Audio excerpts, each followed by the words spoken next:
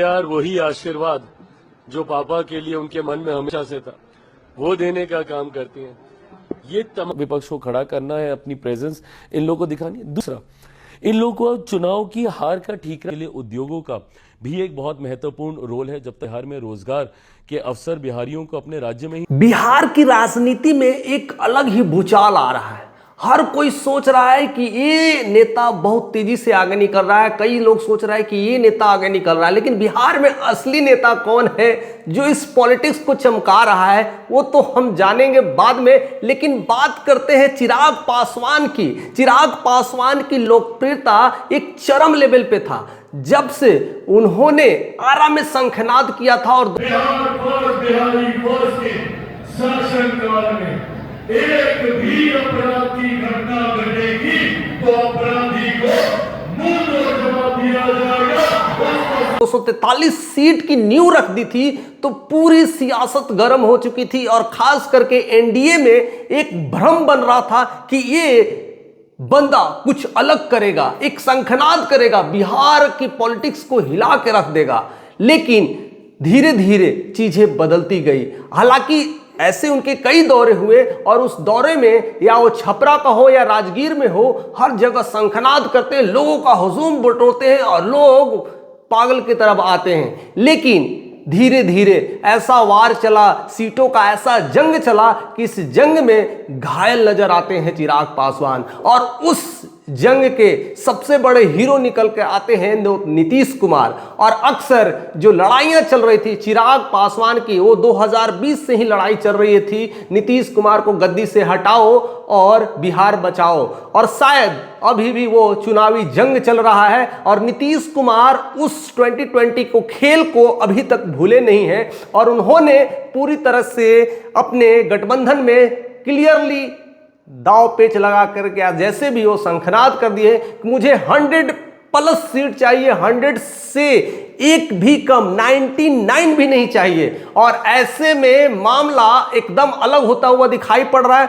और धीरे धीरे सीटों के बंटवारा में चिराग पासवान तो पीछे जा रहे हैं। उसका असर देखने को मिला है 8 अगस्त को। 8 अगस्त वो दिन कोई भूल नहीं सकता, बिहार के गौरवशाली दिनों में से एक है जहां पर माता सीता मंदिर का शिलान्यास हुआ था।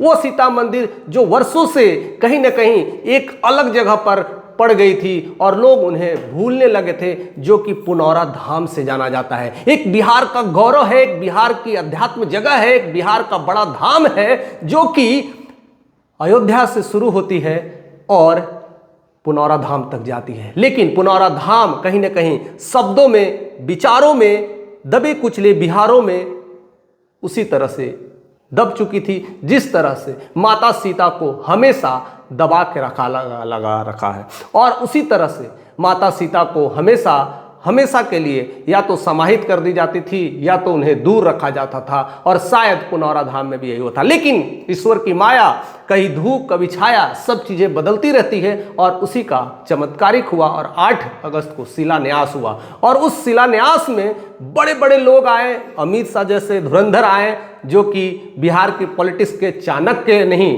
पूरे देश के पॉलिटिक्स के चाणक्य कहे जाते हैं। ऐसे तो बिहार के तो नीतीश कुमार है, लेकिन पूरे देश के चाणक्य कहे जाते हैं। उस चाणक्य आए, बिहार के चाणक्य आए, सम्राट चौधरी आए, विजय सिन्हा हुए, बड़े बड़े नेता आए। लेकिन एनडीए के एक धुरंधर जिसकी हम बात कर रहे हैं, चिराग पासवान नजर नहीं आए।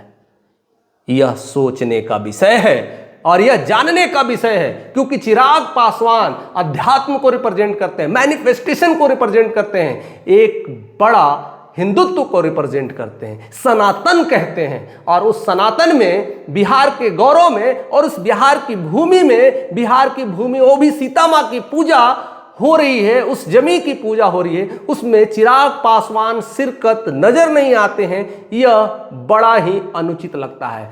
अब यह मामला यही निकल के आ रहा है कि वहां पर नीतीश कुमार है और नीतीश कुमार और चिराग पासवान एक साथ क्यों नहीं हो पा रहे हैं, इसके पीछे कई सारी कड़ियां जुट रही है और उसी को लेकर के सारा यह खेल हो रहा है। और उसी की वजह से मैं यह वीडियोस आप तक पहुंचाने की कोशिश कर रहा हूं कि ऐसा क्या हो गया। एक ही पार्टी, एक ही छत्र छाया, एक ही सोच, छोड़िए सोच एक जगह है और फिर भी नहीं आ रहे हैं। यह तो सही नहीं है ना। और जिस वजह से आप जाने जाते हैं कि हिंदुत्व एक सनातनी की बात करते हैं, और आप ही ने कई बार कहा था माता सीता मंदिर का उद्घोष होगा, शिलान्यास होगा, बहुत सारी चीजें होगी। हालांकि उनके वीडियोस में ये सब सारी चीजें देखी गई है। वो सीता माँ के उद्घोष में बहुत सारी बातें कह रहे हैं और पुनौरा धाम को लेकर के बिहार वासियों के लिए बधाई देते हुए नजर आ रहे हैं, सब कुछ आ रहे हैं, लेकिन वह वहां नहीं पहुंच पा रहे हैं। यह तो दर्द होगा, खास करके उनके चाहने वाले को, उनके प्यार करने वाले जिस तरह से हर जगह देखे जाते हैं, ऐसे जगह तो उन्हें बिन बुलाए मेहमान की तरह शीर्ष कदम पर आगे रहना चाहिए था।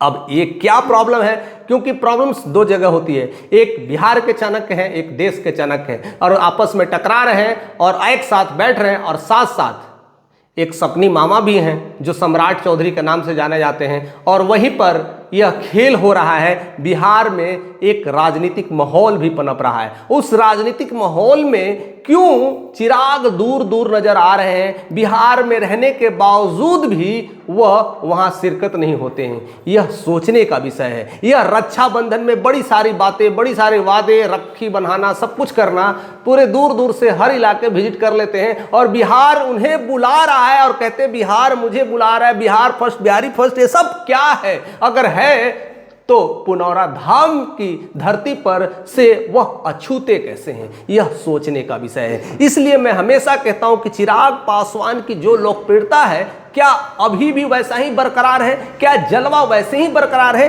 क्या यूथ में वैसा ही जलजला बना रहे हैं, या फिर उनकी जलजला कम होती जा रही है, या फिर उनको गिराने के लिए, धराशाही करने के लिए अपनों ने लूटने की तैयारी कर ली है? और ऐसे में कई सारे उनके नेता धीरे धीरे वहां से बिछड़ने लगे हैं, हटने लगे हैं, और उनमें तो कई लोग कहीं ना कहीं उनके जीजा अरुण भारती का नाम ले रहे हैं कि उन्होंने ये सब खेल मेल, और चिराग पासवान को एक अच्छे नेता तो हैं ही, साथ साथ उनकी जो पार्टियां हैं उनको बिजनेस मॉडल बना दिए हैं। ये सब तमाम चर्चाएं शुरू हो गई है। यानी लोक जनशक्ति पार्टी की स्थिति अब बद से बदतर होती रही है। क्या चिराग पासवान अकेले झंडा लेकर के चलेंगे? पार्टी ही सही नहीं हो, लोग उनसे नहीं जुड़े, तो फिर किस तरह से चिराग जलाएंगे, किस तरह से घर घर मसाल लेके जाएंगे? और ऐसे में बिहार की राजनीति में चिराग की भूमिका कैसी होगी? तमाम खबरों के साथ बने रहिए, क्योंकि अगला एपिसोड और भी भयंकर होने वाला है। क्योंकि अब मामला पेचीदा हो गया है, सीट मिले ना मिले, मिले तो कितना मिले, और इसके लेकर के जबरदस्त अंदर में एक तरह से मसाला पक रहा है, बहुत कुछ खेल हो रहा है, बहुत सारे रूसाफुली का कार्यक्रम चल रहा है, एक जोड़, दूसरे जोड़, तीसरे जोड़, या एक दूसरे से अलग कौन किसकी पार्टी में शिफ्ट होगा, तमाम चीजें अब चलने लगी है। क्योंकि ये सब मामला इसी महीने हो जाना है, क्योंकि अब इलेक्शन का समय बहुत कम बच चुका है, और तब तक क्लैरिटी नहीं आएगी तो अपने अपने कैंडिडेट नहीं खड़ा कर पाएंगे, और कैंडिडेट नहीं खड़ा कर पाएंगे तो प्रचार प्रसार में देरी होगी, और ऐसे में लोकप्रियता और भी धूमिल हो सकती है। तो मामला एकदम जबरदस्त होने वाला है। बने रहिएगा, चैनल पे नए तो सब्सक्राइब कर दीजिएगा, और अपना एक कमेंट और एक शेयर करना मत भूलिएगा। ऐसे ही प्यार देते रहिएगा, मैं भी ऐसे ही मिलते रहूंगा।